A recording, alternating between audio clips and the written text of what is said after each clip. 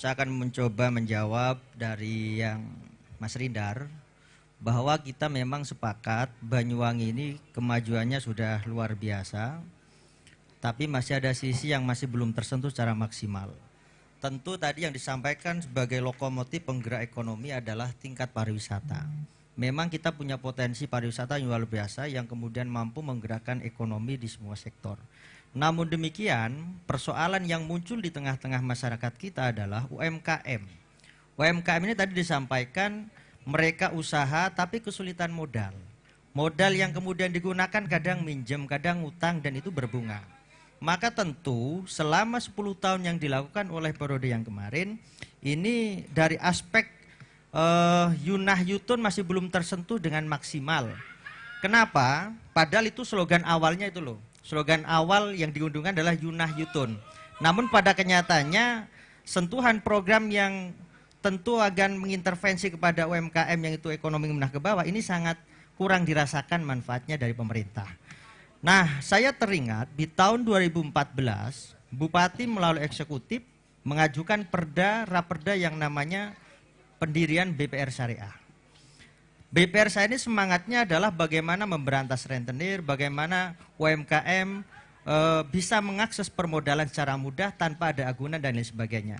Namun demikian selama kurun waktu sampai akhir beliau mengakhiri jabatannya di tahun ini, yang namanya BPR Syariah progresnya masih belum ada sampai saat ini.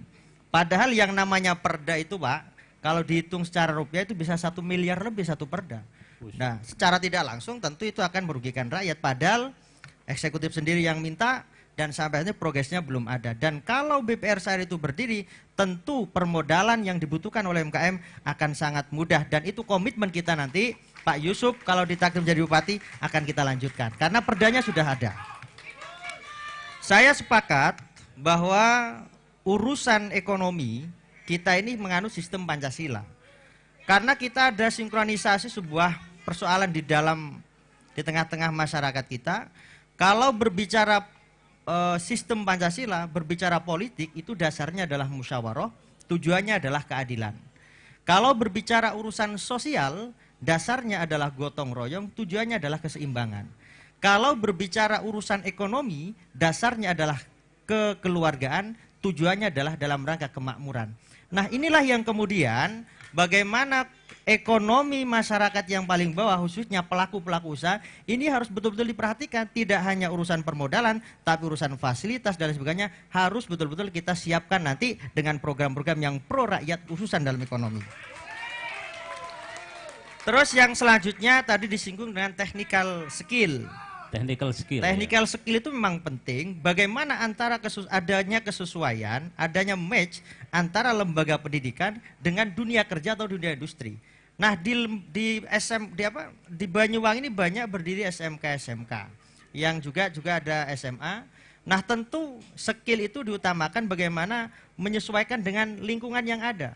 Sehingga hari ini banyak beberapa sekolah kejuruan yang sudah membangun sinergi dengan PT KAI dan lain sebagainya. Ini bagian dari aksesibilitas antara kesesuaian dengan pendidikan dan juga dunia usaha atau dunia industri.